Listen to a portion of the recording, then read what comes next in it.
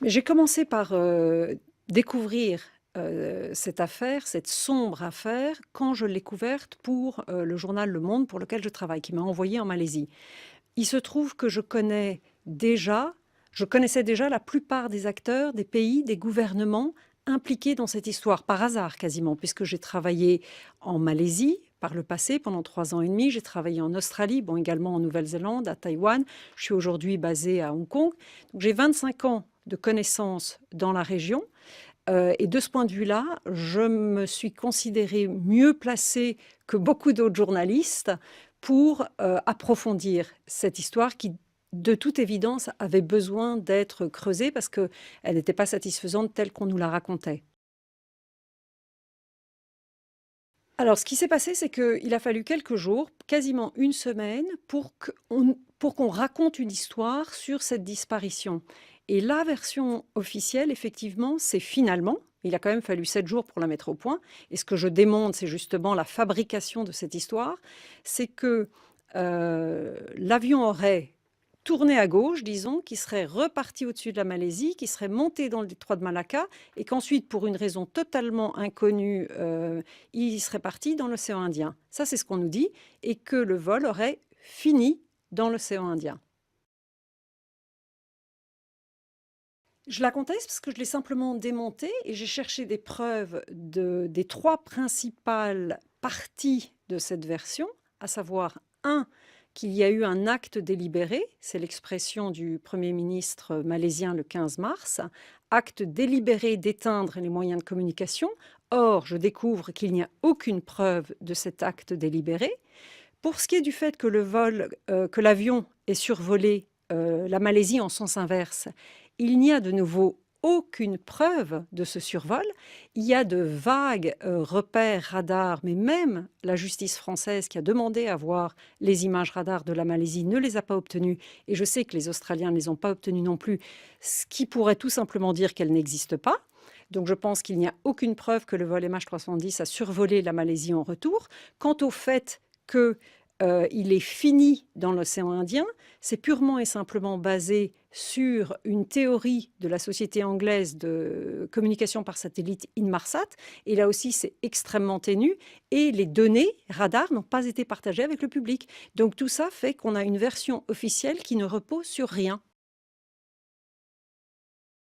On a l'impression, le grand public a l'impression qu'il y a eu une vague de débris dans l'océan Indien, justement, ce qui, quand on voit l'océan de très très très très loin, semble accréditer le fait que l'avion se serait effectivement écrasé à l'est de l'océan Indien, bien qu'on retrouve tous ces débris à l'ouest. Il se trouve que dans la zone dans laquelle on retrouve beaucoup de débris, il y a eu un grand nombre de crashs aériens au cours des 20-30 dernières années, y compris des Boeing, et y compris un Boeing 767 qui est très semblable en pièces à un Boeing 777. De tous les morceaux dont on a entendu parler, il n'y en a que deux, dont le flaperon de la Réunion et une pièce qui s'appelle un flap en Tanzanie, qui sont numérotés.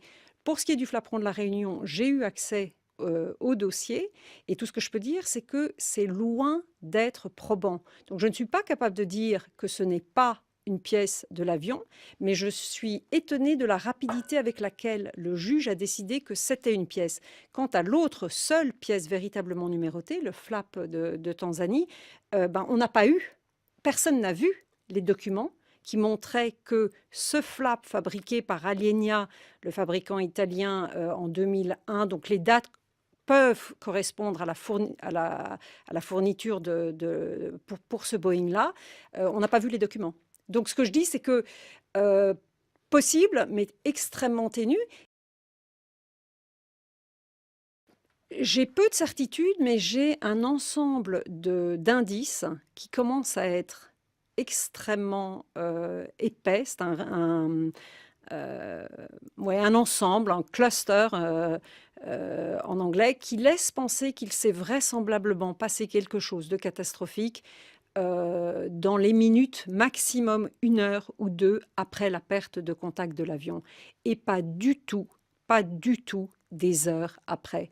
Je viens encore récemment de tomber sur une nouvelle pièce qui n'est même pas mentionnée d'ailleurs dans le livre en chinois, qui est un message confidentiel de Malaysia Airlines à une des familles, qui dit la famille réclame des détails sur toutes les rumeurs qui ont lieu, et ça se passe simplement quelques jours après. Et la famille, le membre de la famille liste, est-ce que vous pouvez nous rassurer sur ceci, ceci, cela? Malaysia Airlines répond, nous sommes comme vous, nous sommes confus, etc. Il y a certaines choses que je peux vous dire. L'information selon laquelle le vol a continué de voler pendant plusieurs heures, qui était une information qui a été sortie par le Wall Street Journal et qui allait être confirmée par la Maison-Blanche plus tard, mais là on est juste entre deux. On est quand elle a été sortie par le journal et pas encore confirmée par la Maison-Blanche. Et Malaysia Airlines répond à cette famille au sujet de cette information-là, que le vol aurait volé plusieurs heures après la perte de contact. Je vous affirme qu'elle est fausse, c'est écrit, et il ajoute Boeing et Rolls-Royce l'ont nié. C'est-à-dire que Boeing et Rolls-Royce ont dit à Malaysia Airlines, lorsque l'info a été publiée dans le Wall Street Journal, qu'ils avaient, eux, les informations pour dire que c'était faux. On ne l'a jamais su. Je suis tombée des nues en découvrant ce message. C'est simplement une preuve de plus que pendant un moment, il y avait une vérité enfin, il y avait une vérité, il y avait la vérité, il y avait la réalité dont on essayait de s'approcher. Et du jour au lendemain, quasiment, enfin ça s'est passé en 2-3 jours, à vrai dire, la nouvelle histoire s'est mise en place. J'ai toujours les familles en tête et je pense sincèrement que si cet avion avait disparu sans passagers et que ce n'était qu'une perte sèche de cargo, quelle que soit la valeur de ce que cet avion transportait, on l'aurait tous oublié. Mais le fait qu'il y ait 239 hommes, femmes, enfants à bord de cet avion, c'est ce qui rend ce mystère inacceptable. Et c'est ce qui, évidemment, me motive pour faire sortir la vérité. Comme je dis depuis le début, cette histoire n'est pas incroyable, elle n'est pas croyable. Ce qui est important aujourd'hui, c'est que des gens aient le courage de parler. Il y a deux possibilités. Peut-être qu'un jour, Donald Trump, par exemple, au détour d'une phrase ou d'un tweet, va faire exploser la vérité sur cette affaire. C'est absolument pas impossible. Et donc, j'encourage les gens qui savent un petit peu à avoir le courage de parler pour que cette affaire sorte une bonne fois pour toutes et que certains États qui se permettent de mentir de manière éhontée à l'opinion publique n'osent plus le faire.